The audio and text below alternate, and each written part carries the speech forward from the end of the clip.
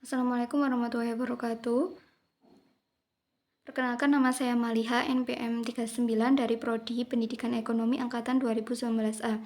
Di sini saya akan menjawab untuk mata kuliah UAS mata kuliah Ekonomi Internasional, yaitu tentang perusahaan multinasional. Di sini saya akan mengambil contoh dari perusahaan McDonald.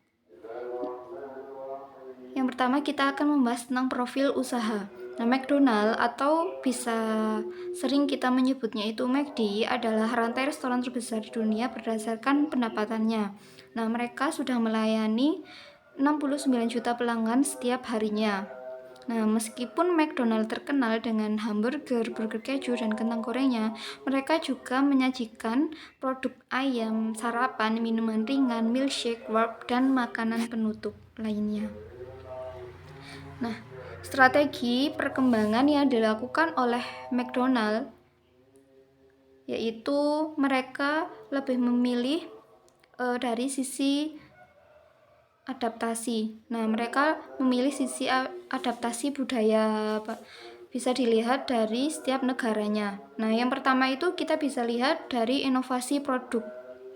Nah, upaya McD dalam berinovasi produk dengan menyesuaikan cita rasa masyarakat Indonesia telah dilalui sejak McD pertama kali dibangun di Indonesia. McD menyisipkan menu nasi sebagai pendamping fried chicken dan saus sambal yang disukai oleh masyarakat Indonesia.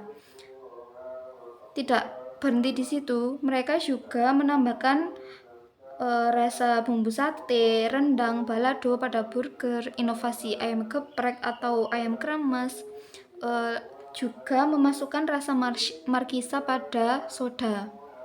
Nah, yang selanjutnya yaitu strategi target dan nilai masyarakat Indonesia. Produk yang ditawarkan oleh McD dapat dibilang sangat universal karena ditargetkan kepada semua umur. Target khusus McD yaitu keluarga, mulai dari anak-anak hingga orang tua. Dapat dilihat dari banyaknya program McDonald yang difokuskan pada anak, seperti adanya program McKids, serta keunggulan McDonald dalam melayani konsumen anak-anak melalui Happy Meal, paket ulang tahun anak, dan edukasi anak melalui program training atau kursus. Yang selanjutnya yaitu kebiasaan masyarakat Indonesia. Salah satu kebiasaan masyarakat Indonesia adalah menyukai sesuatu yang instan, khusus makanan. Terlihat bahwa masyarakat lebih menyukai makanan cepat saji dengan alasan tidak menghabiskan waktu mereka. Yang selanjutnya yaitu sertifikasi halal dari MUI dan kebersihan.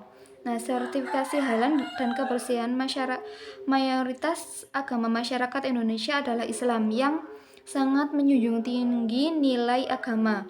Untuk makanan, mereka sangat sensitif sekali terhadap label halal maupun atau non halal. Nah, mengatasi hal ini, McDonald bekerja sama dengan MUI Indonesia dalam pencantuman label halal sesuai dengan SOP yang telah berlaku. Selanjutnya kita akan membahas tentang kebijakan pemerintah terhadap perusahaan multinasional. Kita akan mengambil contoh pendirian perusahaan multinasional. Nah, perusahaan multinasional yang didirikan di Indonesia tetap mengacu kepada Undang-Undang Nomor 40 Tahun 2007 tentang perseroan terbatas yang selanjutnya disebut UU PT, sebagaimana yang terdapat di dalam pasal 7 sampai dengan 14 UU PT. Syarat yang harus dipenuhi dalam pendirian perusahaan multinasional sebagai badan hukum yang sah di Indonesia terdiri dari yang pertama itu kepemilikan 2 orang.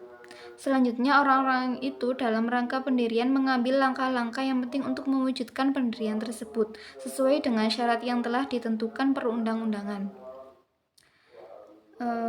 Orang tersebut yaitu terdiri dari orang Indonesia maupun orang asing atau badan hukum. Selanjutnya yaitu akta pendirian berbentuk akta notaris yang dibuat dalam bahasa Indonesia. Nah, syarat kedua dalam mendirikan perusahaan multinasional di Indonesia adalah harus dibuat secara tertulis dalam bentuk akta notaris yang dibuat dalam bahasa Indonesia. Tidak boleh akta di bawah tangan. Keharusan akta pendirian mesti berbentuk akta notaris, tidak hanya berfungsi sebagai probationis causa. Maksudnya akta notaris tersebut tidak hanya berfungsi sebagai alat bukti atau perjanjian pendirian perseroan, tetapi akta notaris itu sekaligus bersifat dan berfungsi sebagai solemnitatis causa, yakni apabila tidak dibuat dalam akta notaris, akta pendirian perseroan itu tidak memenuhi syarat sehingga tidak dapat diberikan pengesahan oleh pemerintah, dalam hal ini Menteri Hukum dan HAM. Yang ketiga yaitu setiap pendiri wajib mengambil kebagian saham. Pada saat pendiri menghadap notaris untuk dibuat akta pendirian, setiap pendiri sudah mengambil bagian saham perseroan. Tidak sah jika apabila pengambilan saham perseroan dilakukan sesudah perseroan didirikan. Yang terakhir yaitu memperoleh keputusan pengesahan status badan hukum dari menteri. Sah-sahnya pendirian perusahaan multinasional di Indonesia harus memperoleh status badan hukum pada tanggal diterbitkannya keputusan Menteri mengenai pengesahan sebagai badan hukum perseroan Indonesia. Analisis terhadap perkembangan perusahaan tersebut di Indonesia. Itu tadi kebijakan, salah satu contoh kebijakan pemerintah terhadap perusahaan multinasional. Yang kelima yaitu perkembangan McDonald di Indonesia. McDonald hadir di Indonesia pada tahun 1991 dan merupakan negara ke-70 dari McDonald seluruh dunia. Bambang N. Rahmadi adalah warga negara Indonesia pertama yang berhasil mendapatkan hak master franchise dari McDonald Corporation. Pada 22 Februari 1991, restoran McDonald di Sarinah, Tamrin, Jakarta. Hingga saat ini, PT RNF telah membuka sekiranya lebih dari 200 gerai McDonald tersebar di berbagai kota di Indonesia yang didukung dengan lebih dari 14.000 karyawan di seluruh Indonesia. Keunggulan McDonald dibanding kompetitornya. Dalam hal ini saya mengambil contoh yaitu KFC.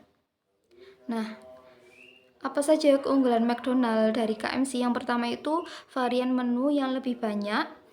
Kalau di KFC itu hanya menonjolkan tentang ayamnya saja. Nah, yang selanjutnya yaitu fasilitas nongkrong yang dilengkapi dengan wifi